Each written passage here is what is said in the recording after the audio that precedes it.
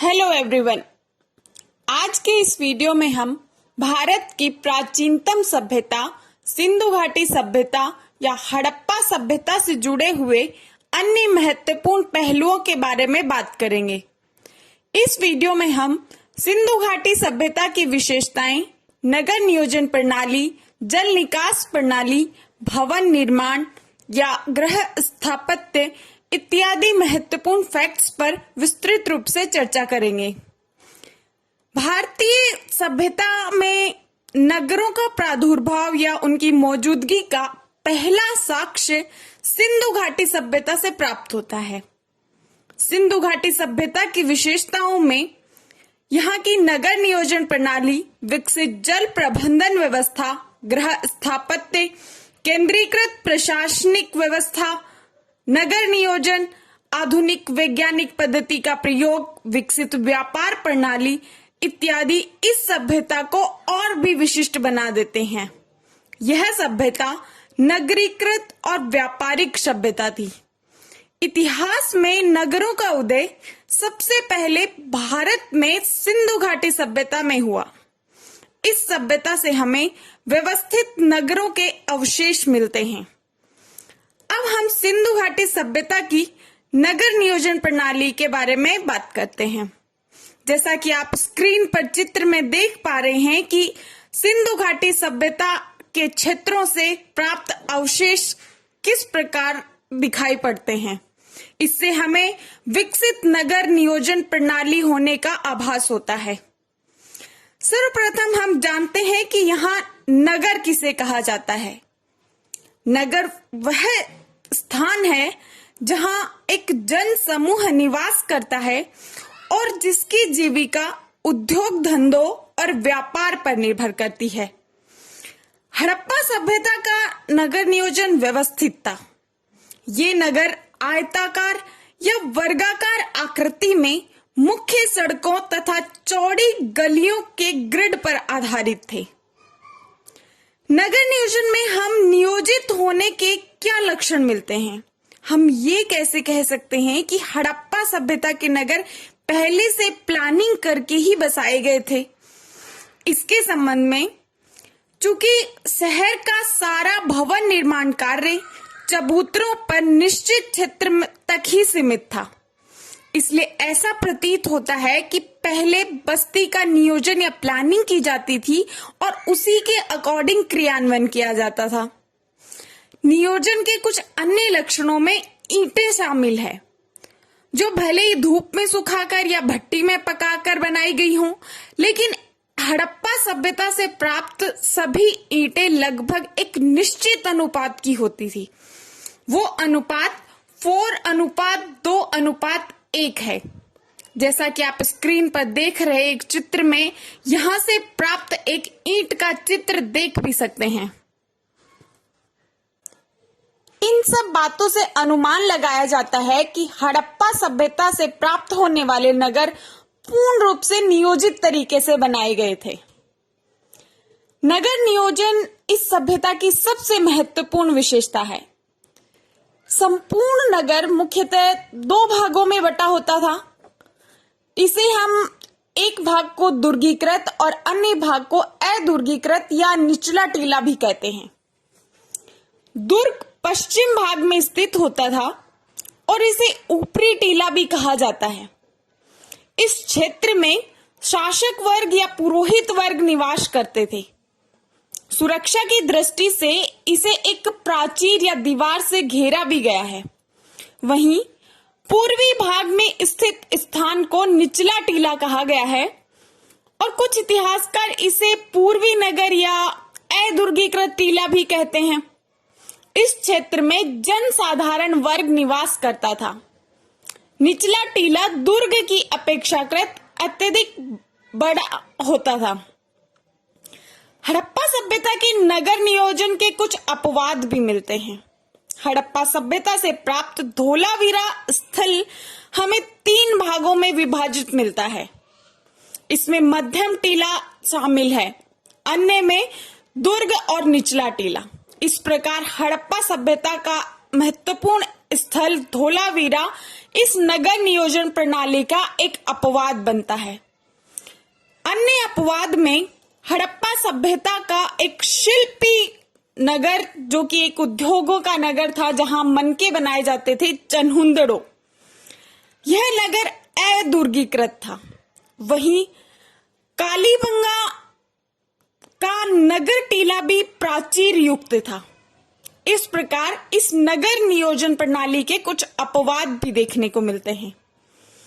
अब हम बात करते हैं कि हड़प्पा सभ्यता के नगरों की सड़कें कैसी होती थी।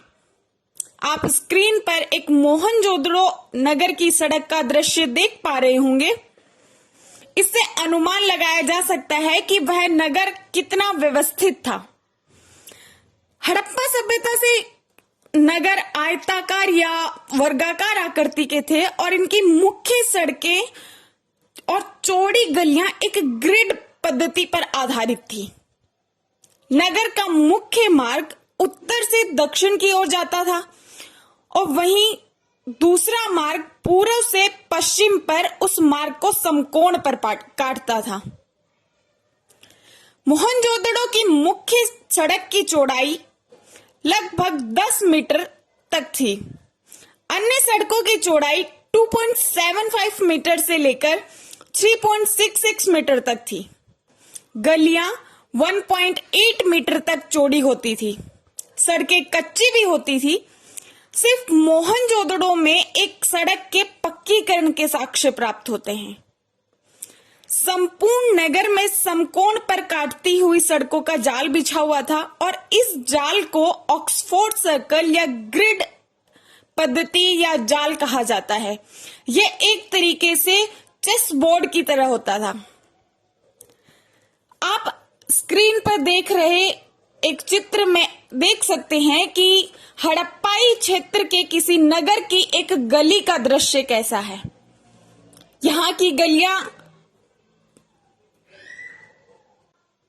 और सड़कें एक दूसरे को समकोण पर काटती थी। इस प्रकार यह नगर अत्यंत विकसित और आधुनिक तरीके से बसाए गए थे। अब हम हड़प्पा सभ्यता की जल निकास प्रणाली के बारे में बात करते हैं। हड़प्पा शहरों की सबसे अनूठी विशिष्टताओं में से एक है यहाँ की नियोजित जल निकास प्रणाली।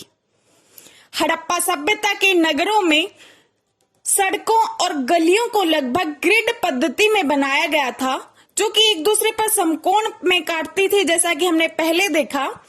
और ऐसा प्रतीत होता है कि पहले नालियों के साथ ही गलियों को बनाया जाता था और फिर उनके अगल बगल में आवासों का निर्माण किया जाता था। घरों का निर्माण इस प्रकार से किया जाता था कि घर की एक दीवार गली से सटी हुई हो, ताकि घर के गंदे पानी की नाली को गली की नाली से आसानी से जोड़ सके।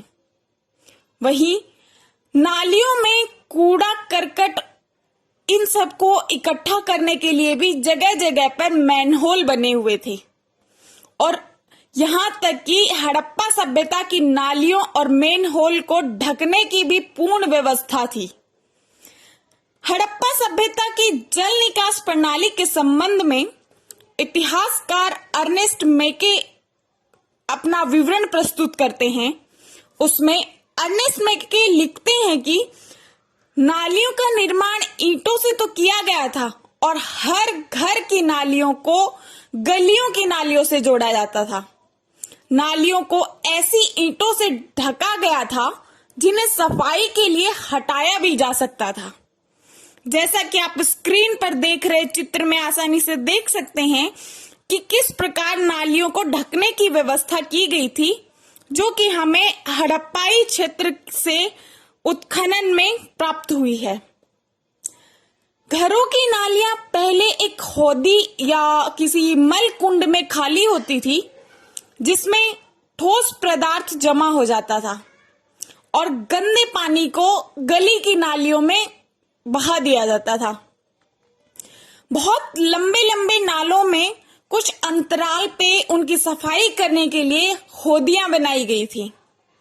इतिहासकार अर्नेस्ट मेके का कहना है कि ये नालियां और यहाँ की जल निकास प्रणाली पुरातत्व का अजूबा या अनूठा उदाहरण प्रस्तुत करती हैं। हम देखते हैं कि हड़प्पाई नगरों में नालियों के आसपास कहीं रेत के ढेर मिले हैं नालियों के अगल बगल में, जो ये दर्शाते हैं कि नालों की सफाई भी की जाती थी और कई बार कचरे को कुछ दिन तक हटाया नहीं जाता था। हड़प्पाई नगरों की जल निकास प्रणाली केवल बड़े शहरों या नगरों तक ही सीमित नहीं थी, बल्कि ये छोटी छोटी बस्तियों में भी मिलती है। उदाहरण के लिए लोथल में आवासों के निर्माण के लिए तो कच्ची ईंटों का प्रयोग हुआ है, लेकिन वहीं यहाँ की नालियां पक्की ईंटों के द्वारा बनाई गई थी। हड़प्पा सभ्यता की नाली व्यवस्था का हमें अपवाद भी मिलता है। वो हड़प्पाई क्षेत्र कालीबंगा और बनावली में देखने को मिलता है। इन नगरों में अन्य नगरों की तुलना में जल निकास व्यवस्था पूर्ण रूप से विकसित नहीं थी।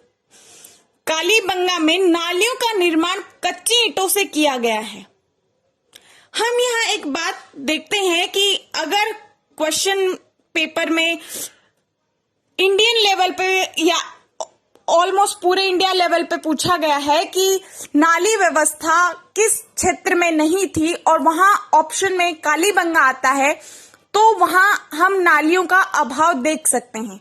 लेकिन राजस्थान के संदर्भ में अगर पूछा जाए कि नालियों की व्यवस्था किस प्राचीनतम हड़प्पा सभ्यता के क्षेत्र या अन्य क्षेत्र से नहीं मिलती है, उस क्षेत्र में हम मानेंगे कि कालीबंगा में नालियां मौजूद थी।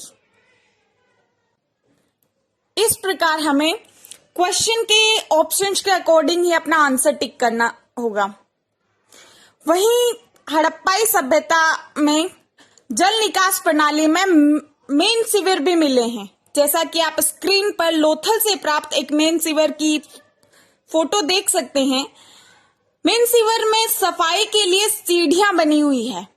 इससे ये पता चलता है कि यहाँ समय समय पर इन नालियों और नालों की पूर्ण रूप से सफाई का ध्यान रखा जाता था। वहीं यह बताया गया है कि यहाँ पर एक लकड़ी का दरवाजा भी होता था, जो कि सॉलिड पार्टिकल्स को रोकने के लिए काम करता था। इससे मेन सीवर की सफाई करने के लिए अत्यधिक मदद मिलती थी। इस प्रकार हम देखते हैं कि कितनी सुव्यवस्थित या सुनियोजित जल निकास प्रणाली हड़प्पा सभ्यता में मौजूद थी। अब हम हड़प्पा सभ्यता की भवन निर्माण प्रणाली के बारे में बात करते हैं। जैसा आप स्क्रीन पर देख रहे एक चित्र में देख पा रहे हैं कि यह एक हड़प्पाई क्षेत्र से प्राप्त भवन का अनुमानन चित्र तैयार किया गया है। इसके अकॉर्डिंग भवनों में अनेक कमरे होते थे। मुख्यतः सिंधु घाटी सभ्यता के लोग आडंबर या दिखावे के विशेष प्रेमी नहीं थे। उन्होंने सुंदरता से अधिक उपयोगिता पर बल दिया है। हड़प्पाई क्षेत्रों के मकानों का आकार 30 फीट का है। औसतन इसे हम 30 फीट का आकार मान सकते हैं।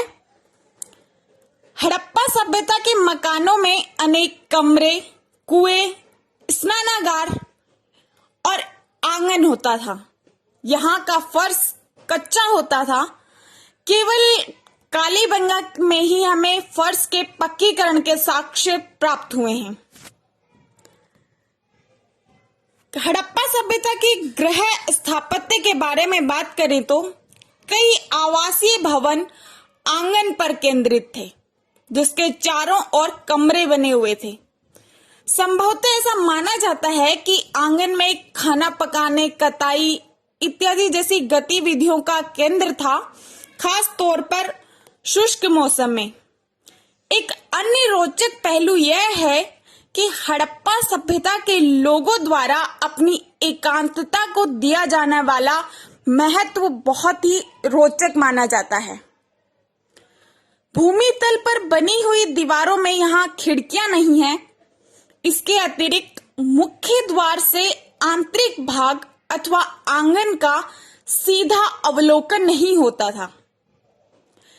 हर घर का ईंटों के फर्श से बना हुआ एक स्नानागार या बाथरूम होता था, जिसकी नालियां दीवार के माध्यम से सड़क की नालियों से जुड़ी हुई थी।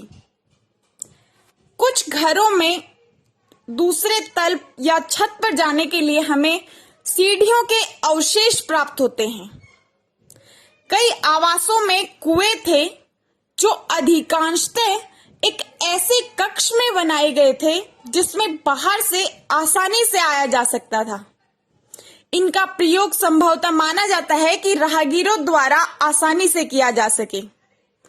मोहनजोदड़ो में हमें लगभग 700 कुएं प्राप्त होते हैं। आप स्क्रीन पर देख सकते हैं कि हड़प्पाई क्षेत्र से प्राप्त एक कुएं की संरचना के बारे में। अब हम देखते हैं कि हड़प्पाई क्षेत्र मोहनजोदड़ो से हमें अनेक मुख्य इमारतें प्राप्त हुई है जो अत्यधिक महत्वपूर्ण है।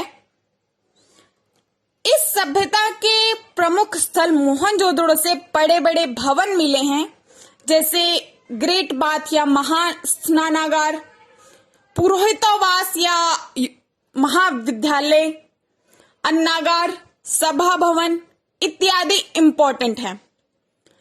मोहनजोदड़ो की सबसे बड़ी इमारत अगर पूछी जाए तो वो है अन्नागार, जो कि 45 मीटर लंबी तथा 15 मीटर चौड़ी है। यह अन्नागार दुर्ग के भीतर स्थित है। अन्य महत्वपूर्ण इमारत में ग्रेट बाथ या महान स्नानागार इंपॉर्टेंट है।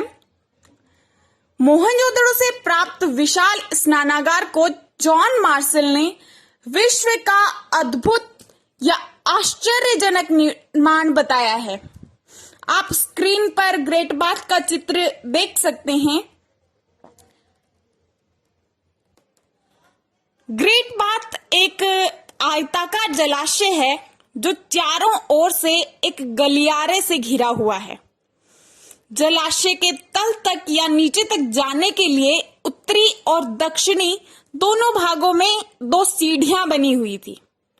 जलाशय के किनारों पर ईंटों को जमाकर तथा जिप्सम के गारे का प्रयोग कर इसे जलबद्ध भी किया गया था। इसके तीनों ओर कक्ष बने हुए थे, जिनमें से एक में बड़ा कुआं था। जलाशय से पानी एक बड़े नाले में बह जाता था। इसके उत्तर में एक गली के दूसरी ओर अपेक्षाकृत छोटी छोटी संरचनाएं थी, जिसमें 8 बाथरूम्स भी बनाए गए हैं। एक गलियारे के दोनों ओर 4-4 बाथरूम बने हुए थे। वहीं प्रत्येक स्नान घर या बाथरूम से नालियां गलियारे के साथ साथ बने एक नाले में मिलती थी। यह इस संरचना का अनोखापन अत्यधिक अद्भुत माना गया है और अनेक संकेतों से यह अनुमान लगाया गया है कि इस महान स्नानागार का मुख्यतः प्रयोग कोई अनुष्ठानिक कार्य जैसे कोई विशेष अवसर पर या उत्सव पर स्नान के लिए किया जाता था। इस ग्रेट बाथ के डायमेंशंस आप स्क्रीन पर देख सकते हैं।